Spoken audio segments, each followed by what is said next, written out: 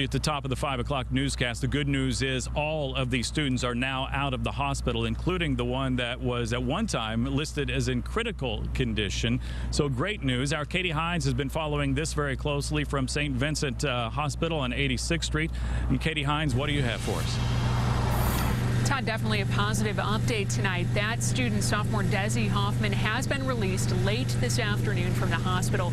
She was originally brought here to St. Vincent's in the ER by ambulance in critical condition with a closed head injury. She is suffering from a concussion and still complaining of back and neck pain, but definitely improving today and home with her family. And she and her parents are describing the entire experience as horrific.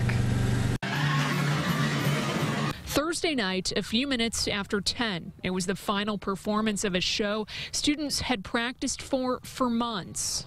It was supposed to be the best show. 16-year-old Desi Hoffman is one of a few dozen students dancing stage left in the final number, Don't Stop Believin'. Then part of the stage collapsed. I remember falling and hitting my head, and then after I hit my head, I don't remember landing. Hoffman hit her head on a support beam and suffered a concussion. She blacked out for a short time, but remembers her boyfriend pulling her up and nurses wheeling her into an ambulance. Like, I didn't think anything like that would ever happen. And then I just started, like, bawling my eyes out because it hurt, and I was, like, realizing what just happened. And then my next thought was to make sure everyone else was okay.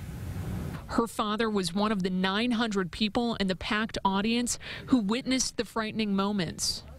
It was terrifying. I mean, it happened so quick that I didn't know what to think. Like I said, I was just stunned at first. Then it's like, okay, I need to find her. Richard McManus describes the immediate aftermath as chaos. He says a school official directed parents to stay in their seats until police and paramedics arrived. McManus was able to find his daughter conscious, alert, and talking. Tonight, his wife wants answers. Like, was it just built just for this? Was it something that you just already had built and you put over it? Like, how good was it tested?